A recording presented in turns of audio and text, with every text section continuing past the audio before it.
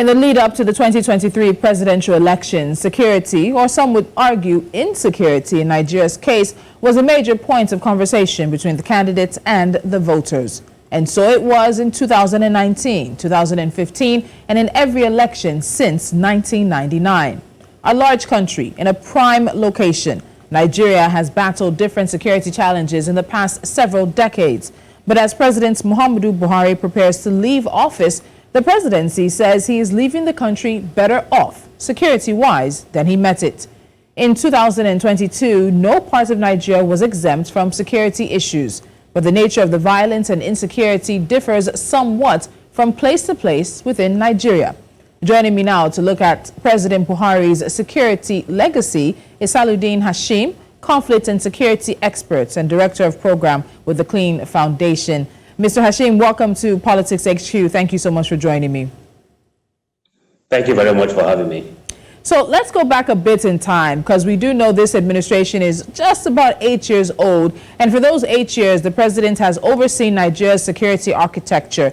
There were a lot of expectations of President Buhari when he became president, particularly as a former Army general. So let's look at those expectations so we can then decide if he met them. What do you think were the main expectations of the president when he took over in 2015? Well, yeah, I think it is important to, first of all, just oppose that one of the three major promises the president made to the country while he took over was one, to restore security and, of course, economy, and most importantly, is for him to try as much as possible to reposition the country within the Community of Nations. But unfortunately, whilst he took over, I think his handlers also admitted to the fact that for 8 months, whilst he was away, that there seemed to have been some setback. Let me begin by saying that in 2014, when he was going to take over, there were just 2 armed groups in this country.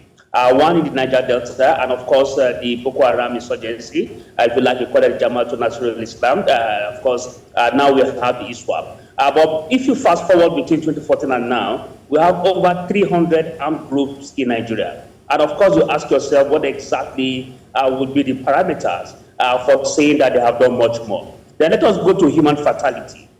Currently, Nigeria is actually ranked as one of the most difficult and most terrorized countries in the world. And of course, that is after Kazakhstan and of course, Iraq or something. I think Nigeria is ranked third, the third most terrorized country in the world. And that for me wasn't the case earlier than that. And of course, if you look at the number of fatalities that we have also recorded, that also has skyrocketed and has actually spiked. And that for me is actually some of the indices and indicators that allowed us to be able to measure a regime, to be able to understand if indeed they have performed extremely and creditably well.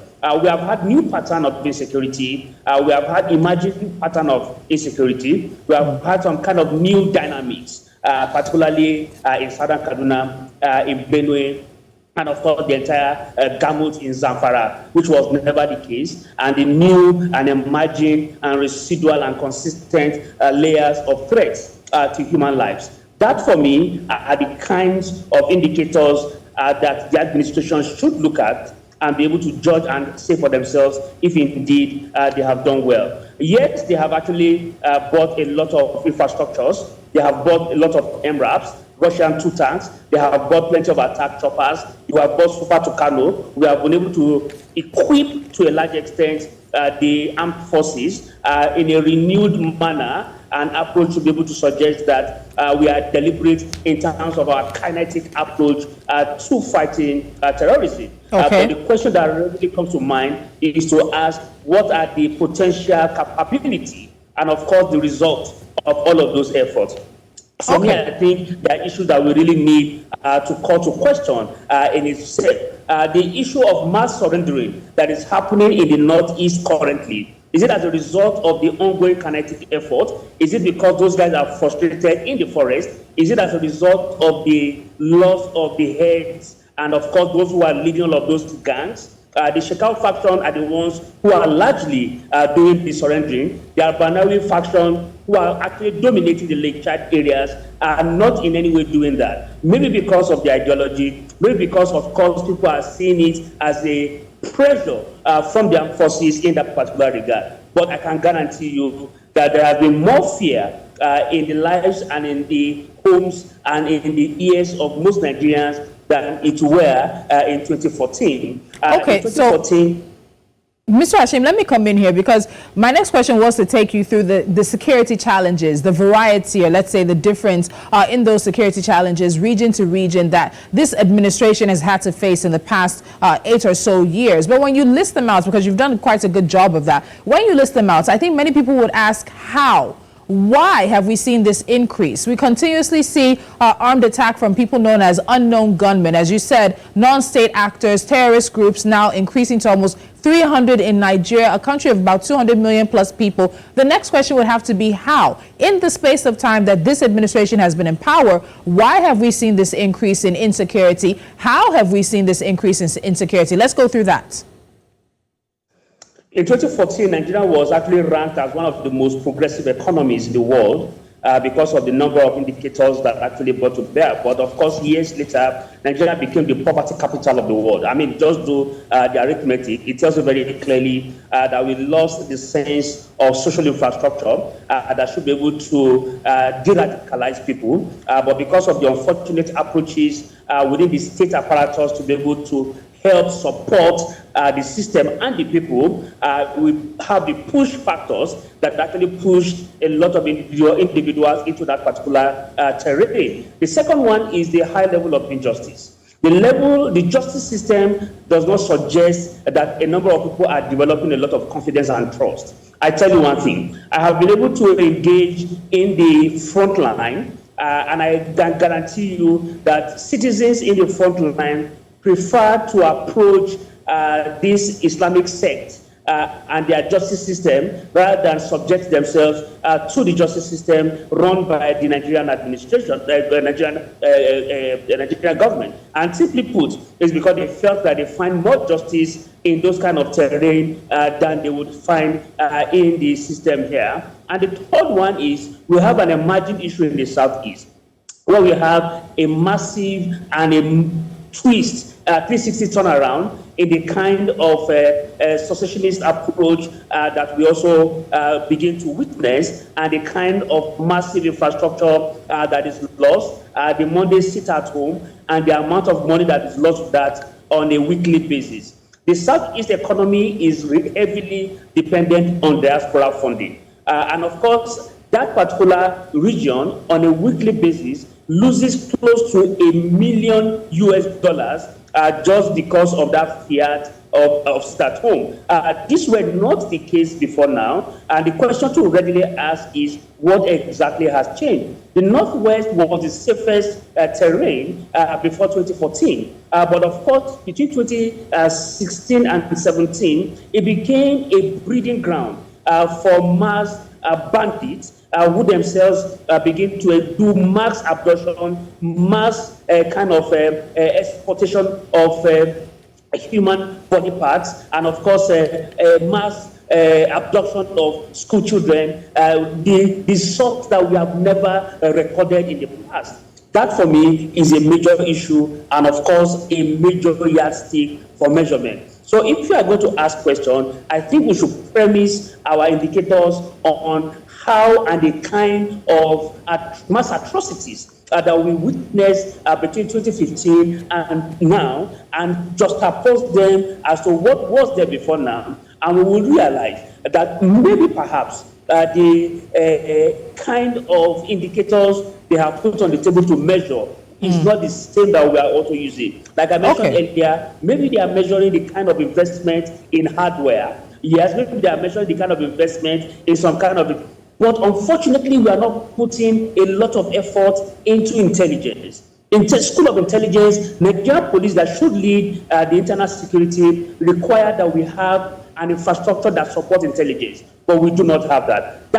Those are the kind of situations that we find ourselves, that we need to put a lot of effort into some kind of non-kinetic infrastructure rather than massively equipping. Yes, which is good. Defense spending is one of the best things that we must do in the world as a way of gaining influence, but we must inject a lot of funding, more in diplomatic effort, more in non-kinetic approach, more in peace building, and of course see how we build some kind of peace infrastructure. For me, I think the way it is, there seems to be some kind of very, very low score to the current administration as regards to the issue of insecurity. So there have been these conversations and criticisms that trailed this administration on the security issue, and that's centered around the issues of competency and, of course, in terms of experience. But given the kind of country we're living in, because this centers around the issues of appointments of key individuals who hold the responsibility, along with the president, of safeguarding the lives and properties of Nigerians. Now, in response, the presidency has said that this appointment of security chiefs and head of security agencies cannot be subjected to ethnic balancing or federal character. It happens at the pleasure of the president. We truly do understand the plurality, both religious and regional, of the country we're in. So when we look at bringing in these factors to those who will be in charge of security in Nigeria, does this answer from the presidency, does it pass the smell test, Mr. Hashim? Because we're 8 years into this administration, supposedly securing the lives and properties of Nigerians. And if you ask many of them, they haven't done a very good job. But the administration gives itself a pass mark. Yeah, basically, I think the most important thing that we need to engage borders around the issue of nepotism. You recall that the issue of corruption is basically not just about graft. The issue of corruption is about how nepotic an administration has also been. And if you recall that Transparency International has actually ranked the administration very low because they felt that it was actually considered very nepotic. And of course, in the defense from the presidency, they had actually come out to give an excuse to say, look, the issue of security cannot be subjected to some kind of ethnic profiling. For me, I think, even though on the one side, I have some kind of partial agreement, but because of the heterogeneous kind of society that we operate in, it is important to create a sort of balancing and offer opportunities to those who also have the capacity and the capability to be able to run this. It is a command and control system, and sometimes you don't want to get into those kind of hierarchical kind of situation. But the issue of trust and confidence, security is actually not about armament. Security is about human development. And if the system in itself wants to develop the capacity of citizens to trust in the system, then you must offer some level of balancing and dynamism to be able to secure their buy-in and their confidence. But where you have a system that is lopsided and entirely seen to be favoring a particular section of the society, then that in itself is actually the bane and the root of insecurity. So for me, it is very clear that if you must make some progressive efforts in terms of striking a balance, justice in all spheres is one of the best ways to be able to respond to this. And this is an agenda also for the incoming administration, to understand that they must also sound a note of warning and caution in terms of selecting and, of course, putting cabinet together and, of course, putting their security chiefs together. That you must see the ability to be able to reunite and, of course, heal those who feel marginalized and see the potentials of reuniting the country. For me, that is very fundamental. And it begins from selection of those who should also drive the entire security system. But unfortunately, if you look at the last 8 years, the entire gamut, except for one or two, has always favored a section of the society. That for me is not sufficient. That for me is a way of communicating that some sections are not entirely participants in the nation building. But we think things can be done a lot differently, and there must be some new ways of actually adopting the new road to after 2023. Okay, so I want to stick on some of the main issues that, in terms of security, Nigerians really do hear about. And one that worries a lot of security experts we've spoken about is this growth of non-state actors. We know that the state exists to ensure good governance and security of all its citizens and should have what is described as a monopoly of the use of force. But as you said earlier, we now have some maybe 300 groups operating in Nigeria claiming some kind of monopoly, some kind of enforcement in different regions. And we've seen non-state actors increasing across the country, particularly for a country such as Nigeria, 200 million plus population, extremely having millions of Nigerians in poverty. We also see what's happening with some of our Western neighbors towards the Sahel and the encroachments of these groups that are aligned to ISWAP, the Islamic State, and all of that. Why should Nigeria continuously be concerned, particularly of the growth of non-state actors, as we look to the future? Even though that growth happened with this administration, it is something we're going to have to deal with in the coming days and years. I think it is important to establish that Nigeria is actually sandwiched between two axes of evil. One is the Gulf of Guinea, and the other is actually the Sahel. And these two factors has actually continued to threaten the security landmass and, of course, the landscape of the country. And every serious administration knows too well that for you to be able to resolve and provide some kind of safeguard, you must respond and provide a lot of situations that help you to prevent, to deter, detect, and prevent every form of threat, incursion from these two axes. But unfortunately, because security in itself has become an entrepreneurship for a lot of individuals, because they now see it as opportunistic approach to actually enriching those who are actually making specific decisions. And that is actually not the conversation for now. But most importantly is to say that there is a need to provide adequate recognition, individual and institutional strengthening, capacity building and capacity strengthening, and of course, consistent training and retraining for personnel. What and how and where this can happen. And I'll tell you something. The issue of monopoly of violence is that any state that has lost it states very clearly that the first order is to provide safety and security for the lives of citizens. Any government who fails in that then has lost that fundamental reasoning of actually being called a state. And that has actually consistently happened to us in the last years, because we seem not to have actually understood any other ideas in terms of how to contain the threats that are now inherent within us. But fortunately for us, there seem to be some kind of new ideas that we might have from another administration. Maybe perhaps they will be coming with some kind of thinking on how to deal with it. The Southeast was the safest haven before now, but now it has become one of the most terrorized regions, as it were, because of the level of handling of the entire conversation that is going in that region.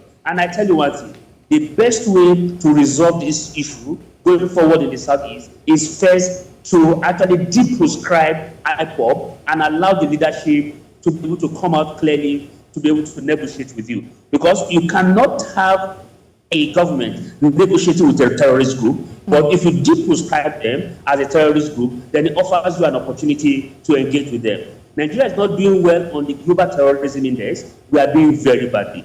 Nigeria is not doing well in the countries that actually live in the index of countries that are safe at the moment. That in itself is actually a minus for us. The country is not doing well as regards conflict-related sexual violence.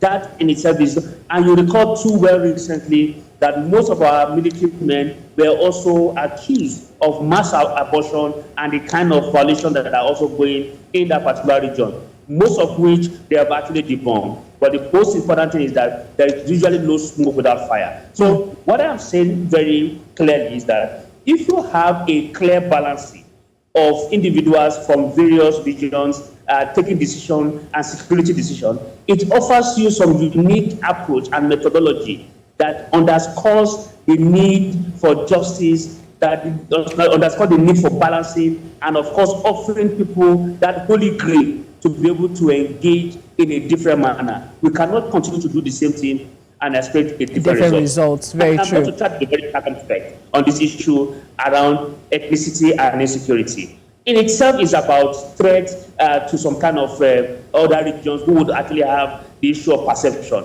And if you recall, security is about perception. If people have a perception clearly that a system is actually lopsided against them, there is going to be a potential resistance. And that in itself seems to be a major part of the problem that we are facing at the country. So balancing and justice would be one of the major cardinal recommendations that must go into the next administration as a way of healing and reconciling and restoring the issue of security. I want to go back to what you mentioned about the IPOB, the indigenous people of Biafra, being a prescribed group. And we've seen that prescription and the manner in which it has played out. Some would say it's been a lodestone on this administration's neck and that it was a wrong move. You obviously do not agree with it. But off the back of that, we've also seen how the region has been affected, not just with the group being in play, but also with the prescription as well. Some of the military operations, and as you said, people perceiving that they're not safe or perceiving that they're not being heard. In terms of moving forward, particularly towards another administration, we'll get into that further, but this is one area I want us to focus on. What do you think should happen next? Because the administration is leaving. That's the administration of President Buhari. They say they're leaving Nigerians much better. I'm not sure many people on social media or even in Nigeria would agree, but that's an opinion and they're putting that forth. But there are specific issues like this issue, like Boko Haram, like ISWAP, like unknown gunmen, which now becomes something that is so regular. We hear it almost every other day, but it's where we don't hear the justice, as you've mentioned, where we don't hear that people are caught and they go to court and they're convicted and there's justice for families who lose loved ones. In terms of what happens next, what do you think that should be? I think we need to invest more in non-kinetic approach. One would be to invest more in education. There are tendencies that those who would want to go radical, if they are educated, are less likely going to get into that. And I'll give you a classical example. I've had opportunity to speak to a number of people within the Safe Corridor program, those who have been profiled, and some of them, I can guarantee you, do not have classical knowledge of the religion they profess to actually be pushing extremism for. So I think it is important that we invest a lot more in some kind of both nomadic education, invest more both in very local education and all of that. If we do that, it is going to largely help. Remember that one of the sage, late Obafemi Awolowo, once said that if we do not educate young people, what the consequence would be is that they will come after some people that are already educated. And that is the concern we have now. We have young people who are ragtags, illiterate, capturing professors, and of course putting them in some kind of difficult situation and sometimes killing them. So education is very key. Second thing that we must do, we must involve do a lot of investment around justice.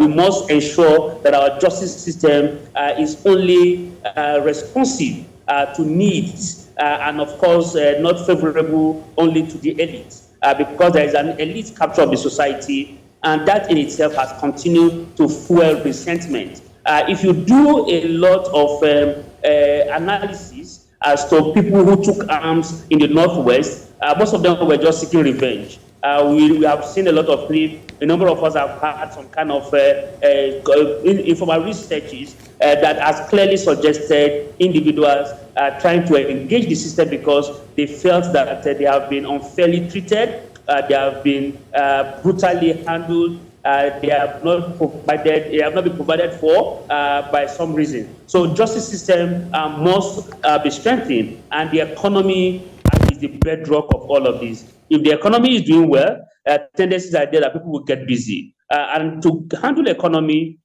it means that we must invest massively in infrastructure because all of those people at the local levels who just need electricity to just do their thing, not reliance on government. They don't even, a lot of them are easy recruits in the hands of all of these terrorist groups. I recall that the time was there in this country where Boko Haram was actually recruiting young men with about $3,000 US. And because they understood very clearly that there was some kind of economic gap, and they just needed to step in and seize that opportunity, and then, of course, win the loyalty of those people. And, of course, the late Mohammed Yusuf also was using motorbikes and, of course, those incentives they offer as mass recruitment opportunity for him. But the question would be, how has the government fared in terms of doing this? The only thing we see is a massive handout of 5,000 naira, and thinking that that can in any way solve a national problem, or heal an ideology, or quench the taste for revenge,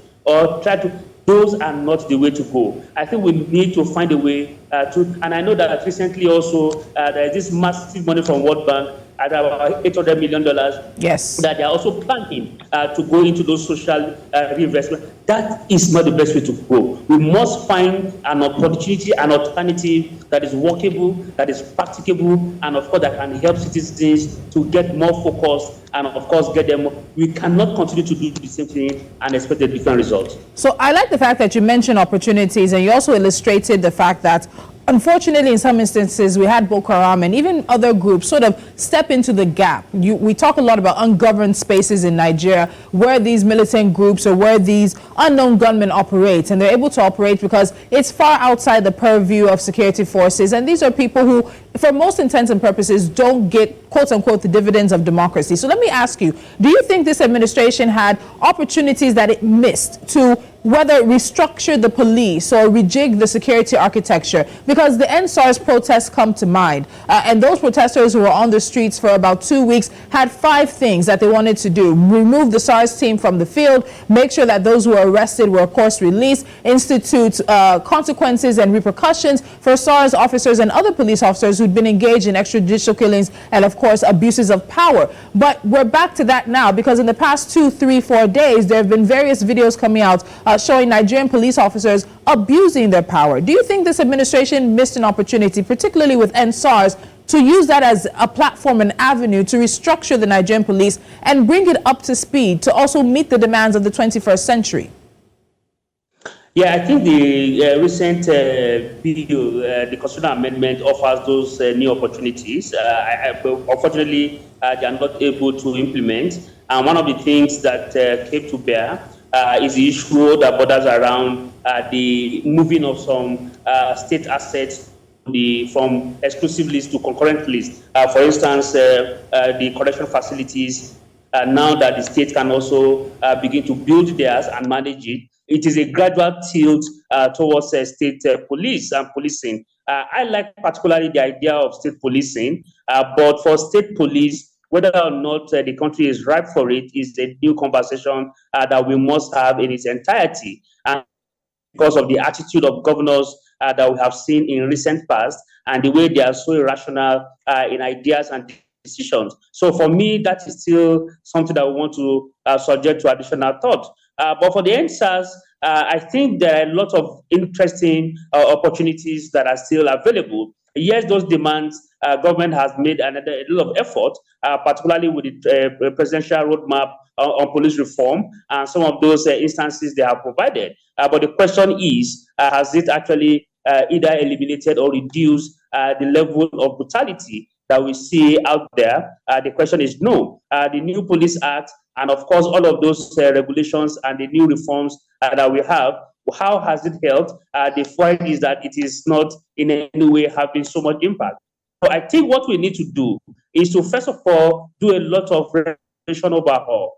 Yes, you have a law that is actually 25 years older than the institution itself. So the Nigerian police law until recently in 2020 was older than the country in itself. So we must find a way to do a lot of personnel re-evaluation, because the entry level is very important, and I think that is where we miss it a lot of the time. We must depoliticize the entry level of our cadet. We must decommercialize it, because if we continue to commercialize and politicize it, we will continue to bring in bad eggs, and those are the people who would go extreme miles to be able to also satisfy some of their needs. In security parlance, there's something they call vetting. Vetting is an opportunity that allows you to be able to carry out a number of debrief over a recruit and see how you actually profile that individual. But unfortunately, that is not the case because we have gone a different route, trying to see how so we must depoliticize and, of course, decommercialize the recruitment process to be able to give room for a more constructive recruitment of personnel that would help us move the institution forward. Secondly, is the fact that we talk about institutional reform a lot of the time, and that is also very ambiguous and nebulous. What we need to do basically is to begin to find some quick wins and low-hanging fruits that helps us to reposition the system and actually bring it to modern policing. Modern policing everywhere in the world is one of the best ways that has consistently improved the confidence of citizens in policing. And one of the best ways to achieve that is the current regime of the Administration of Criminal Justice Act that we have currently on the prowl. So if we implement every section, and there are about 29 unique innovations in the Administration of Criminal Justice, and largely speaking to the police and the kind of right-based approach that must be adopted in law enforcement officers carrying out their duties. But those things are usually suspended, those things are usually not followed, and it has always culminated into rights abuses. And of course, for me, finally, is the rules of engagement, and of course, which the Administration of Criminal Justice tried to deal with. How do you begin to look at the rules of engagement, concepts of operations? How do you contextualize? How do you adapt them? How do you ensure that they meet with the entire gamut of human security? There are 7 layers to human security. You must fundamentally ensure that you respond to each and every one of them. The issue of fatality, the issue of right to food, and all of that. But let us hope that with the new system in place and the new government and the new administration, that they will be able to take that report further and see how that also further help to advance and strengthen the system. But for me, most importantly, is that we must also look at the police regulation, not just the police act in itself. The regulation in itself is also something that requires a lot of re-engineering.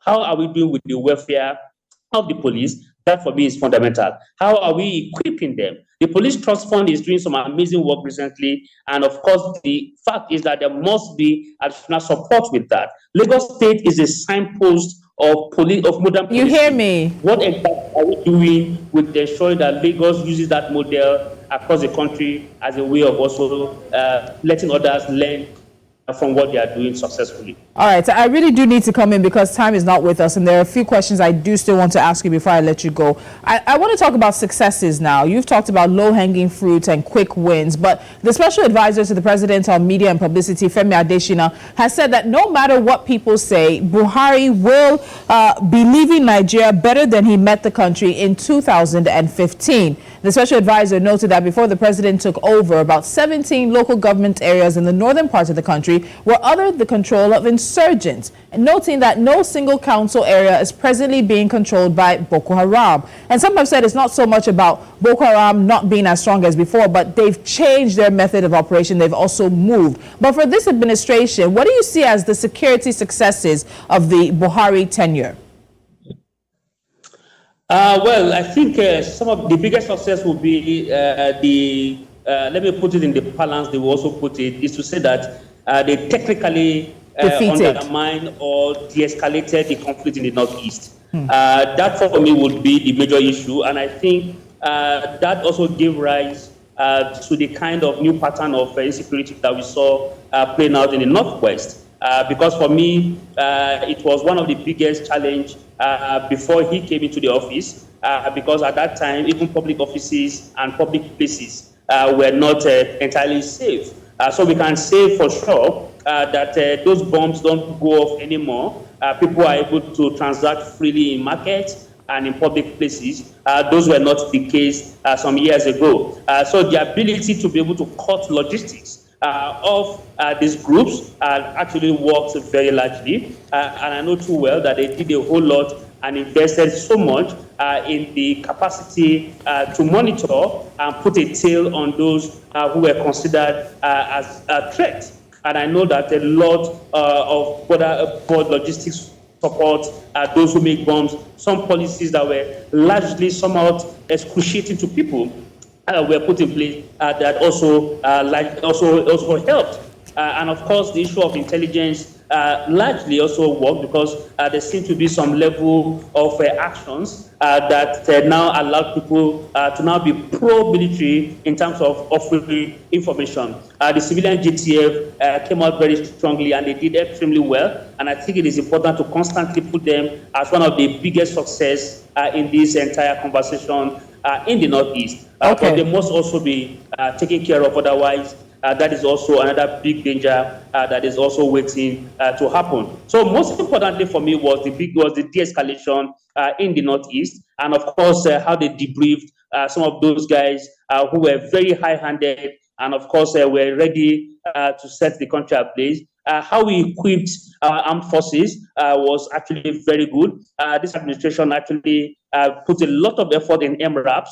We did a lot with choppers, aerial views, those attack choppers, Super Tucano, and of course the Augustas we actually put a lot of investment in. And of course the T2 tank, Russian tanks, there were a lot of tanks that we bought recently that could lock target emotions. Those things were not there. So some of those hardware and infrastructure that we actually put in place went a very long way in terms of helping to support.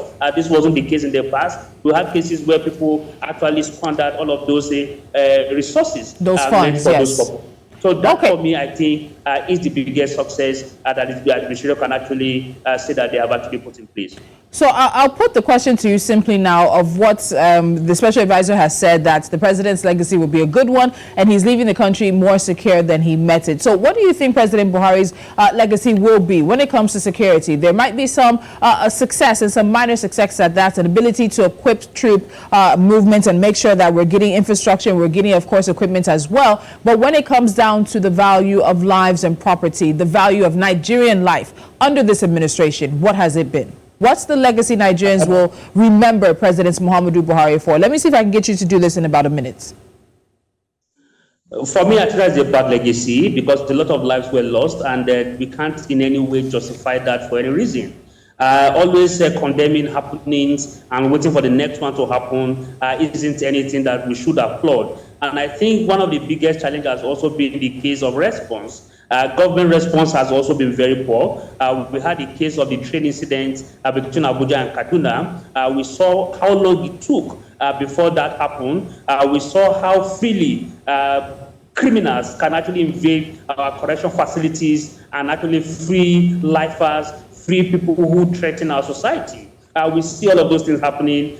We saw it happening in Abuja. We saw it happening in Benin. We saw it happening in Koto. So this is the first time that we saw the prison breaks becoming very regular in the country. Something that we thought was nearly almost impossible, but it became one of the easiest things to do. Then for me, that is not a legacy. The lives of individual and girls and school children. For the first time in this administration, we had massive, successive kidnap of children, school children. And would that want to be a legacy that anybody wants to leave behind as good? I don't think so. Would you want to look at the issue of train attack? That's a kind of a sophisticated approach to have hijacked a train and moved over 300 individuals, and we say that is a legacy, a good legacy? I don't think so. I think those are bad legacies. And we have had lots of instances like that we can go on and reference. And of course, that is for those who are documented. For those who are not documented in different locations, the number of security personnel themselves that we have lost. If you go to the burial grounds of security personnel in the Northeast and in the Northwest, they are massive.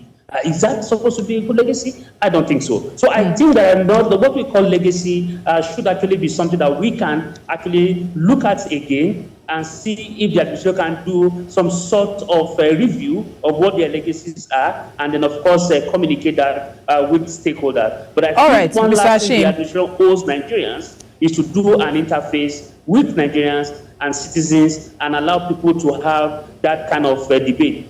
They shouldn't be the one offering the scorecard. You cannot be a judge in your own court. You must allow the people to themselves say, this is where you have done well, or this is where you have done massively wrong. That for me is something that you should be able to hold as a legacy, not standing tall and brandishing a scorecard that is not even validated. And that, for me, isn't something that we want to look at. This time around, in the last 8 years, we have lost more security men than ever before. We have lost more security infrastructure than ever before. We have lost more police stations in terms of actions and attacks than ever before. We have had more successive, massive children kidnapped than ever before. That, for me, those are not good legacies. But I think the presidency needs to redefine what legacy means. Maybe if they redefine it, maybe we can agree with them. But if it is what the Learner Dictionary actually defines as legacy, I don't think I want to agree with what they consider as the.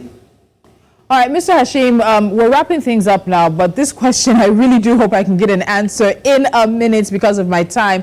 But as we look at the legacy of President Muhammadu Buhari, it also puts us in frame of mind to look at what the incoming presidents will have to deal with. There's a southwest region plagued by a surge in cybercrime, armed robbery, kidnapping, domestic crime, extrajudicial killings, farmer-herder conflicts, ritual killings, and even banditry. In the southeast, you're dealing with ritual killings, commercial crimes, secessionist agitations, kidnapping, herder-farmer clashes, attacks by unknown gunmen, as well as banditry. Then you have the south-south, which remains threatened by militancy and kidnapping, as well as environmental agitation. The Northeast has been subject of a humanitarian crisis that has lasted over a decade because of the Boko Haram insurgency and the later Islamic State in West Africa province incursion. Then there's the Northwest, which is enmeshed in illegal mining, ethno-religious killings, and banditry. The truth is, no region of Nigeria is actually secure, nor is it spared from violence at different levels. When we look at incoming presidents, Bola Ahmed Tinubu, his time as governor of Lagos State and securing the commercial capital of the country as well, in just 1 minute, Mr. Hashim, where does he even begin to start? You've laid out what should be done, but even looking at these mini crisis on their own, where does the new president start? He must actually engage with informal powers. There are a lot of individuals in all of these communities who have influence over these groups and, of course, can tell them to disarm and, of course, do some kind of DRR around all the issues around armory. And I think that is the first and major entry point for him. He must engage, find the informal powers, speak to them, and let them help you in terms of how they further de-escalate all of. These guys have groups, these guys have people they respect, these guys have those that they actually owe a lot in terms of influence. So those guys exist somewhere. Somebody just need to find them, talk to them, secure their buy-in, and of course we might just be on our way to a more peaceful society. All right, Salaudeen Hashim, conflict and security expert and director of program for CLEEN Foundation, joining me from Abuja, Nigeria for this Politics HQ tonight. Thank you so much for joining me. Thank you very much for having me. And one thing I will definitely be taking away, it's not for the administration of President Muhammadu Buhari to score themselves, but for Nigerians to give the scorecard of what has been 8 years under this administration. There will be a new one in the coming weeks, just very short amount of weeks. May 29th is just a few weeks away. But what does it mean for the legacy of President Muhammadu Buhari? What does he leave behind when it comes to security, education, the youth, the economy, and so much more? You're watching Politics HQ. We were expecting to have the acting national chairman of the Labour Party, Lamidi Apapa, join me. He unfortunately has now been unavailable. We've attempted to reach him in the past 1 hour, and unfortunately he's no longer picking our calls. But there has been a situation developing in the Labour Party that we'll continue to keep our eyes on.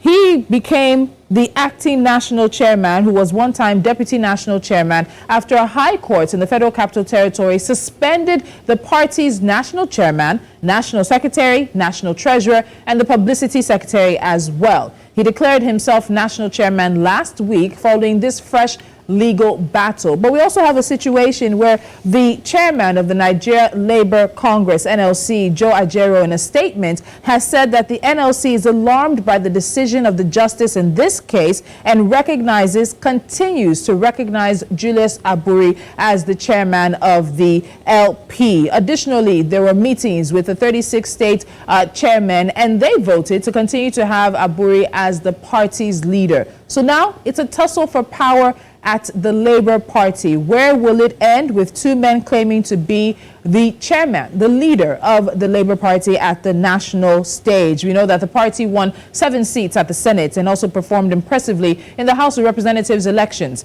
The party also won the governorship election in Abia State and is seen as a growing major political and opposition force in Nigeria. But the leadership tussle continues to be a distraction as it pursues its case at the Presidential Election Petition Tribunal. So we look forward to having Mr. Apapa join us on Politics HQ and answer questions about what exactly is going on in the Labour Party. But tonight, this is where we'll have to draw the curtain on the conversations here. Thank you so much for joining me. Don't forget to follow us on social media. We are at News Central TV. Stick with us right here on News Central, because putting Africa first means that we have all the hard and tough conversations that we need to have across the issues that are running from east to north, west and south as well. Do have a very pleasant evening. I'm Tolulope. Adeleru-Balogun. We'll see you another time.